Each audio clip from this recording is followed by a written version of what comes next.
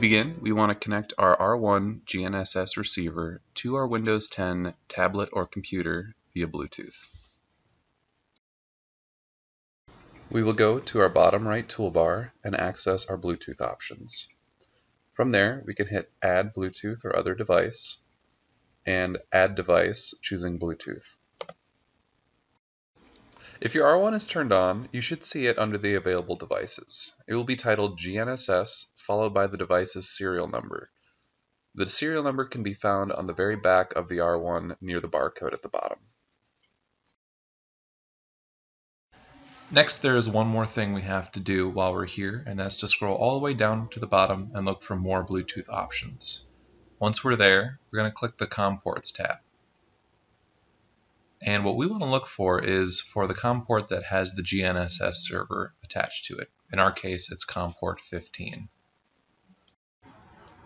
And make sure that you remember which COM port that was. We're going to need that later. So let's close out of the Bluetooth options and open up TerraFlex.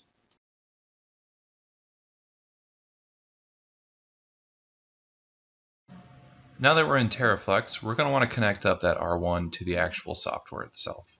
So go into Settings, and we're going to want to select the GNSS receiver port, which is now set to internal. Now that we're in here, we can see that COM15 that we mentally noted earlier. We want to select that. Finally, let's go into the real-time configuration and select SBAS as our correction source. Now that we're all connected up, we can go into the GNSS status button, and here we can monitor our horizontal and vertical estimated accuracies. Now you should be all set to start collecting.